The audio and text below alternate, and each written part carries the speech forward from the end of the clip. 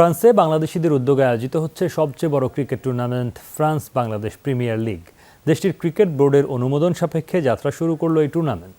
24টি দলের অংশগ্রহণে প্রিমিয়ার লিগে বাংলাদেশি দলের সংখ্যা 8টি।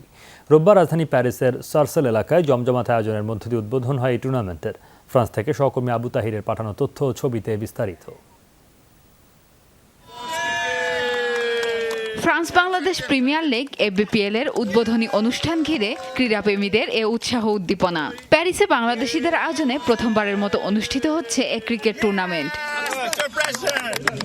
টুর্নামেন্টে অংশগ্রহণকারী 24টি দলের মধ্যে 8টি বাংলাদেশিদের। বৃহৎ পরিসরে বাংলাদেশিদের অংশগ্রহণ ফ্রান্সের মূলধারা ক্রিকেট বিকাশে ইতিবাচক ভূমিকা রাখবে বলে প্রত্যাশা আয়োজকদের।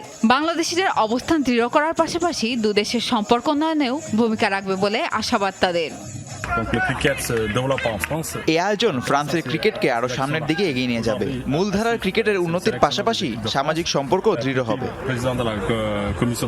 মূলধারার এই ক্রিকেট টুর্নামেন্টটি স্পন্সর করেছে শাহ গ্রুপ ও মির্জা গ্রুপ নামের বাংলাদেশি মালিকানাধীন দুটি প্রতিষ্ঠান। এই আয়োজনের মধ্য দিয়ে ফ্রান্সের ক্রিকেট আরো উন্নত হবে বলে প্রত্যাশা তাদের। ফ্রান্সে ক্রিকেট একটা সম্ভাবনাময় খেলা। এখানে বাংলাদেশের যে প্রজন্ম বাংলাদেশ থেকে আসে বা এখানে যারা জন্মগ্রহণ করে তারা কোনো না কোনো দিন ক্রিকেট ওয়ার্ল্ড কাপে খেলবে ফ্রান্স থেকেই।